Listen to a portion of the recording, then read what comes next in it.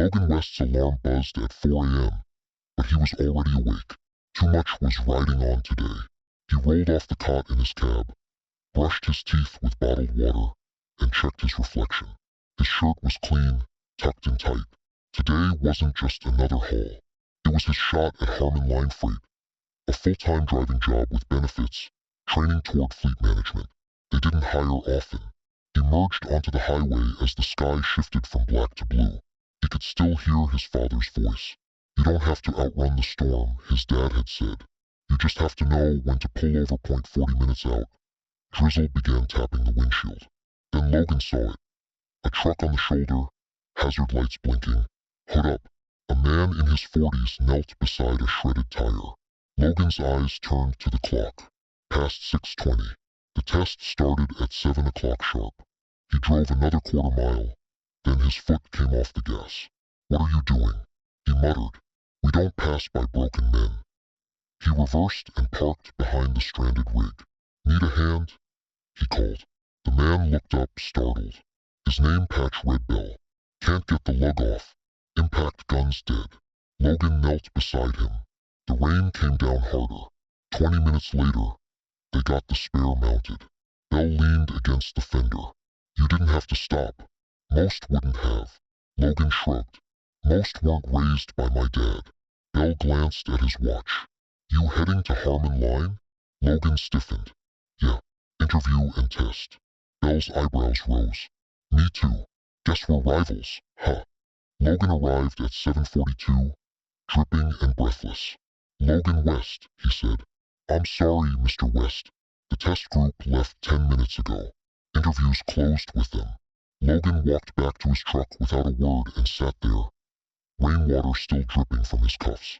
His father used to say that sometimes doing the right thing meant walking away empty-handed.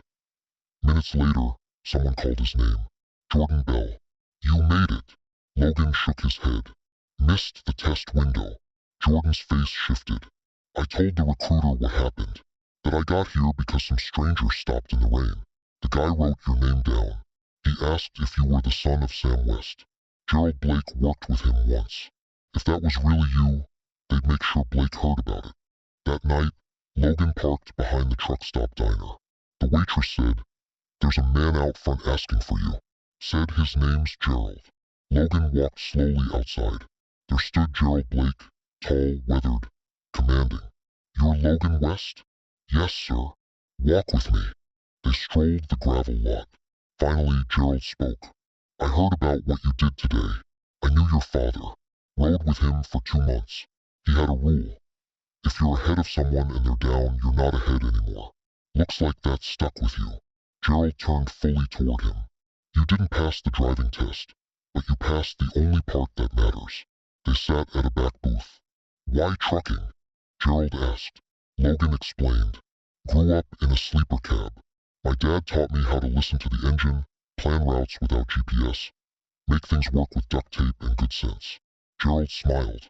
"That sounds like bones." He pulled out Logan's application. "You've got the basics and something more important, judgment and heart. I want to bring you into Harmon, not just as a driver, but to learn the whole operation, dispatch, routing, yard logistics. The kind of education you don't get from a classroom." The next morning, Logan followed Gerald through the Harmon gates. He toured dispatch, watched coordinators reroute deliveries in real time, saw the massive yard operation. Gerald introduced him to department heads, all briefed on the morning's events. "Tomorrow you start in routing," Gerald said.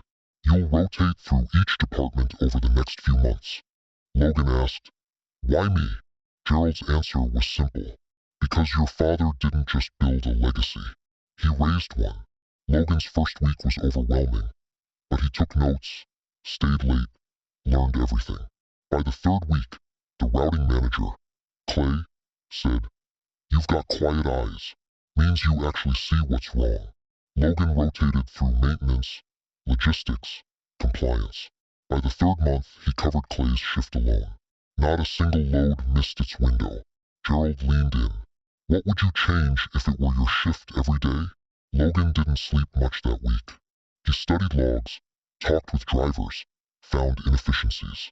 He presented a story about a driver with a compressed route and a daughter in therapy. He showed how changing one route pattern gave the man Thursdays off without hurting revenue. Finally, Gerald said, someone talking about drivers like they're people. Gerald moved Logan into a formal operations analyst role.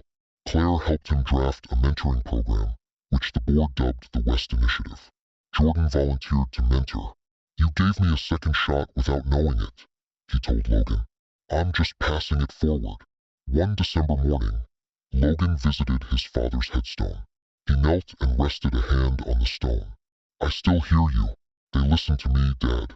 They trusted me, and I didn't change to make them do it. I just kept being the man you raised.